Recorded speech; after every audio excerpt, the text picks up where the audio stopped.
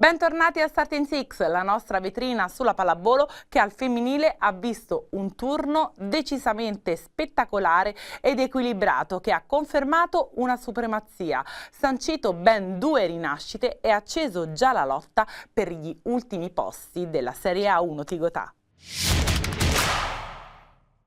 Conegliano è uno scoglio davvero troppo alto per tutti e se al completo sarà un compito davvero molto arduo strappare anche solamente un set. Il netto successo dell'Imoco sulla finalista dello scorso anno sembra il preludio per un'altra cavalcata trionfale delle Venete, ma di questo parliamo direttamente con il nostro Pasquale Di Santillo. Ciao Pasquale. Ciao Leonora.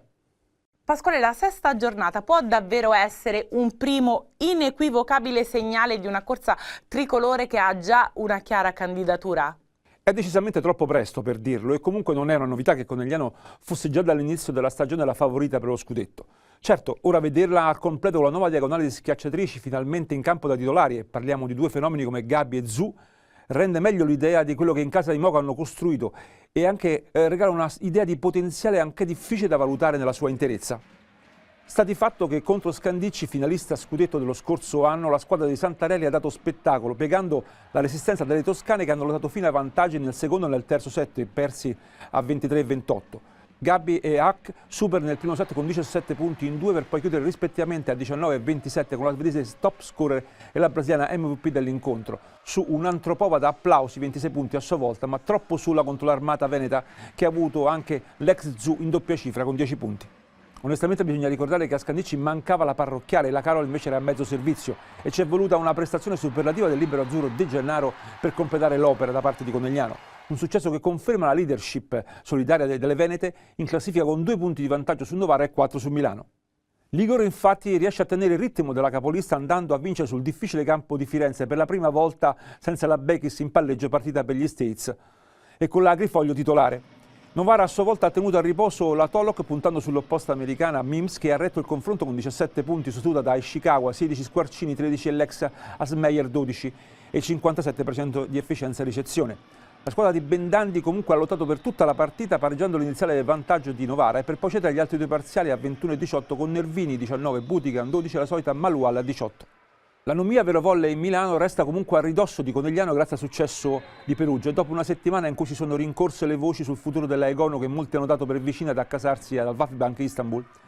La compagine allenata da Lavarini comunque ha sofferto e perso solo nel secondo set per poi prendere il largo nel terzo e nel quarto dopo il successo nel primo.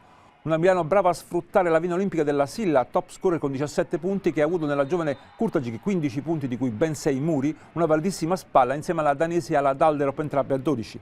Perugia ha fatto il possibile con la Bomber Nemetta a 13 punti e soprattutto con la giovane Gardini con 20. Continua invece l'ascesa di Busto e di Bergamo, con la UIBA che centra il terzo successo di fila dopo l'addio a Caprara, il secondo di fila al tie break che mercoledì era toccato a Chieri e prima ancora a Scandicci. E rimonta contro un'altra squadra piemontese, la combattiva Pinerolo, merito di una super piva con 25 punti insieme a Kunzler 19 e Havermaet 14 e senza dimenticare Sartorio Bossa a 10. I piemontesi lottano palla su palla con il trio Sorokaide 17, Perinelli 14 e Acrari 10 in evidenza per poi cedere al quinto set con onore. Sempre in fatto di ascesa stupisce appunto il quarto successo in 5 partite di Bergamo che vale una stupefacente quarto posto in condominio con Scandicci. La squadra di Parisi perde il primo set con Vallefoglia ma poi sa reagire e piazza un filotto di 3-7, i primi 2 ai vantaggi che annichilisce Vallefoglia. Standing ovation per la giovane Manfredini 16 punti ma supera il servizio con 5 ace, insieme alla Cese Montalvo 17, Strubbe e Piani entrambi con 10. Le marchigiane di Pistola si arrendono dopo 2 ore di battaglia nonostante la Lia a 21, Giovannini 10, Weitzel e Bici a 14. Primo successo stagionale per Cuneo che piega anche lei in rimonta a una Roma alla quinta sconfitta di fila, figlia anche di assenze importanti, Salas e Melli, ma che non cambia la sostanza. La squadra di Cuccarini infatti ora è in zona retrocessione insieme a Perugia. Zona calda che Cuneo lascia grazie alla prestazione di Capralova e Bielica con 20 punti insieme alla Polder 12, mentre a Roma non sono sufficienti i 15 punti del Rotary, i 14 dell'Orvosova e i 10 della Schölzel. Infine, sofferto successo di Chieri a Talmassons con le piemontesi che passano solo al tie break dopo 2 ore e 12 minuti di gioco, con le finali capaci di rimontare 2 volte per poi cedere al quinto. Brava la squadra di Bregola a tenere duro con Skinner 13, Gray 17, Gichel 23, Buis 19 e Alberti 13. Ha un arrembante Talmassons con Sherban 18, Kocic 12, Craiduba 11, Stranzali 11 e Botezza 12. Nelle statistiche della sesta giornata tra le marcatrici spiccano le prestazioni di Hack di Conegliano con 27 punti, davanti ad Antropova, Scandicci con 26, Suppiva, Busto con 25 punti, Gichel, Chieri 23 e Li Ballefoglia 21. Al servizio grande prestazione di Manfredini, Bergamo con 5 ace, poi Kunzler, Busto 4 e poi un trionfo formato da Krajduba, Talmassons, Perovic, Ballefoglia e Van Avermaet di Busto con 3 ace. A Muro spettacolare prestazione di un terzetto composto da Grey, Chieri, Kur Agic di Milano e Kogic Talmasson con 6, poi la Butigan Firenze e la Strub Bergamo con 5. Nelle varie classifiche generali tra la top scorer si conferma leader la Namet di Perugia con 140, con la Antropova di Scandicci che si avvicina a 136 mentre la Skinner Chieri è terza a 131. La Dalderop Milano si conferma quarta a 118, mentre rientra nella top 5 la Silla Milano con 111. Anche tra le top acers, primato in condominio tra Antropova, Scandicci e Manfredini, Bergamo con 12 ace. Terza la Alsmeyer Novara con 11, poi Piani, Bergamo e Giovannini Valefoglia a 10 ace. Infine tra le muratrici la Danesi Milano sempre il leader a 24 con la Butigan di Firenze che si avvicina a 23. Sul podio Candi Valefoglia, Squarcini Novara a 18. Quinta la Kocic Talmassons entrambe a 17. Nella nostra classifica dedicata ai migliori liberi della Serie A1 Tigotà femminile, lo ricordiamo, basata sui numeri di ricezione positiva e perfetta dei tabelloni della Lega Femminile, altra grande prestazione del fenomeno di Conegliano Monica De Gennaro, che regala il bis dopo il successo di mercoledì scorso e vince anche la graduatoria della sesta giornata esibendosi nel big match contro Scandicci in un mostruoso 79% di ricezione positiva e 64% di perfetta. Dietro di lei al secondo posto Sara Panettoni, libero di Cuneo, che per la prima vittoria di Cuneo in stagione contro Roma ha comunque registrato un 75% e un 38%. Sul podio Martina Ferrara di Talmassons, nella sfida persa in casa contro Chieri, il libero delle friulane ha chiuso con un ottimo 71% e 38%, che ce l'ha fatta preferire sia a Federica De Bortoli di Vallefoglia che a Bergamo ha chiuso con un buon 63% e 44%, che a Ilaria Spirito di Chieri, che a Talmassons ha ottenuto un 71% di ricezione positiva e una perfetta del 29%. Quindi, ricordando sempre che vengono assegnati da 5 a 1 punti, ecco la nostra classifica di Superwoman dopo la sesta giornata. De Gennaro di Conegliano 10, De Bortoli di Vallefoglia 10, Fukudome al terzo posto di Milano a 7 punti, al quarto posto a 6 punti Panettoni di Cuneo, Denardi di Novara e Leonardi di Firenze. Settimo posto per Ferrara di Talmassons a 4 punti, ottavo posto condiviso da Moro di Pinerolo e Pelloni di Busto a 3 punti. Al decimo posto Armini e Castillo rispettivamente di Bergamo e Scandicci con 2 punti. Al dodicesimo posto Spirito di Chieri con 1 punto.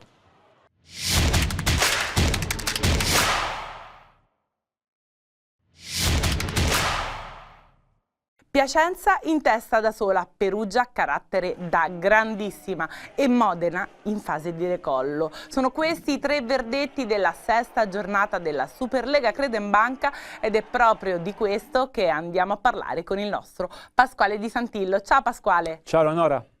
Pasquale, che cosa ti ha sorpreso di più delle 3 verità oggettive che sono arrivate durante la sesta giornata?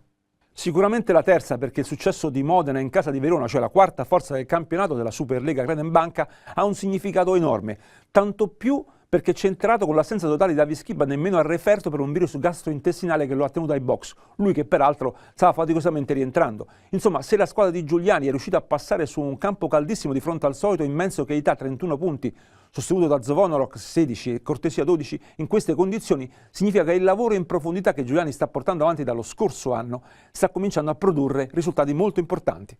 Risultati che si vedono intanto dal comportamento e dal rendimento di un Rinaldi sempre più continuo con 22 punti, affiancato da Bucherer con 18 e dal gran talento di De Cecco, bravo a far volare anche i centrali con un immenso Anzani a 16 punti e Sanguinetti a 11. Un successo quello di Verona che per Modena significa sesto posto a sole 2 lunghezze da Civitanova e a 4 della stessa Verona appena spiegata. Insomma, un successo che in prospettiva vale davvero tanto.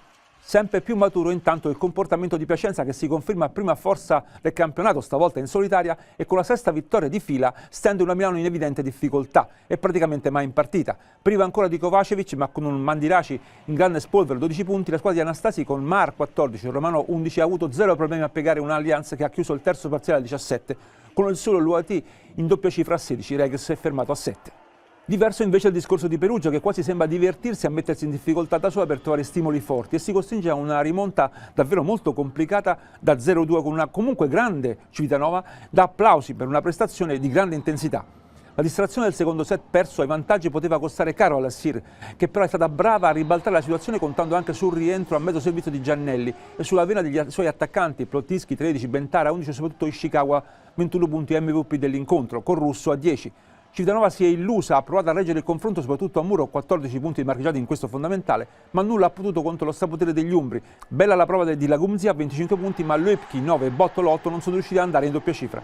Tra gli altri messaggi al campionato che arrivano dalla sesta giornata della Superlega Credenbanca, anche la prima vittoria, meritatissima vittoria di Cisterna in stagione. Brava ad avere la meglio su una Padova al solito combattiva ma costretta alla resa dei conti dalla continuità dei laziali che hanno avuto in Bayram 12 punti, For 10 e Ramon 11 sugli scudi i punti di riferimento più importanti e sono stati comunque bravi due volte a spuntarla perché la Sonepar ha avuto comunque in Porro 16 punti, Basulovic 15 e Sedia Cecchitoci clienti scomodissimi da piegare.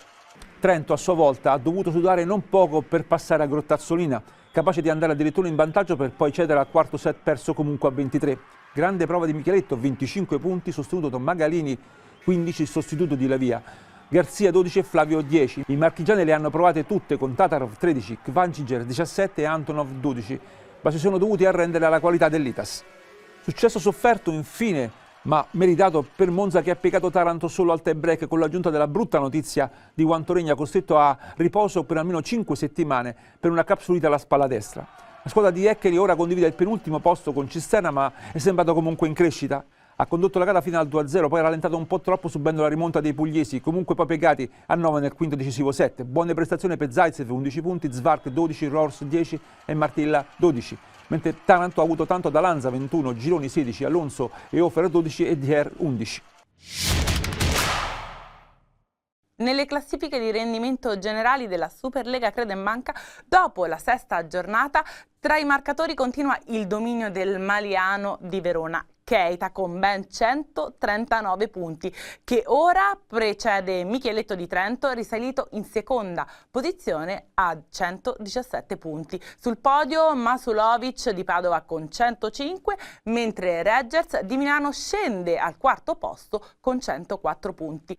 Entra in top 5 Rinaldi di Modena con 103 punti. Al servizio c'è un trio in testa con il centrale di Padova Plak a 12, raggiunto da Romanò, Piacenza e Plotnischi di Perugia. Quarto posto in condominio per Zavoronok di Verona e Bayram di Cisterna a 10 punti. Conferma infine tra i muratori per il leader Demianenko di Grottazzolina a 19 punti, seguito da un quintetto a 15 formato da Bentara, Perugia, Di Martino, Monza, Flavio, Trento, Galassi, Piacenza e Alonso, Taranto. Ognuno ha i suoi tempi, nello sport come nella vita. Anche Tommaso Rinaldi, 23 anni da compiere il prossimo 9 novembre. Lo schiacciatore nato a Cuneo e figlio d'arte di papà Pietro è da sempre in pratica un talento in attesa di decollo. E chissà che stavolta non sia davvero arrivato il suo momento. I 22 punti firmati a Verona per il successo di Modena potrebbero infatti rappresentare una rampa di lancio per un ragazzo cresciuto nelle giovanili di Modena ben 10 anni fa. 3 anni dopo l'esordio in C, l'anno successivo in B fino al debutto in Superlega nel 2019 sempre con Modena.